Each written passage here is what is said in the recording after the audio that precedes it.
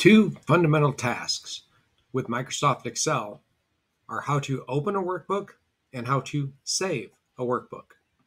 So to open one, go to File and Open.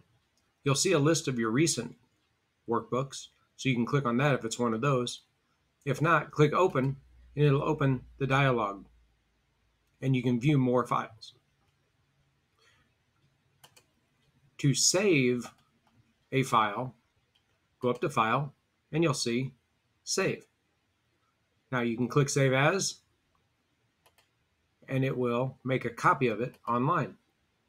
And the reason it's making a copy is because it automatically saves it for you. You notice that up here. So you click on this and you can rename it and change the location of where it is saved. So I can call this demo. And then when I click off of it, you can see that it is saved. And it shows you where it's located in the Documents folder. And you can change that if you need to move it to a new folder. That is how you open and save an Excel worksheet.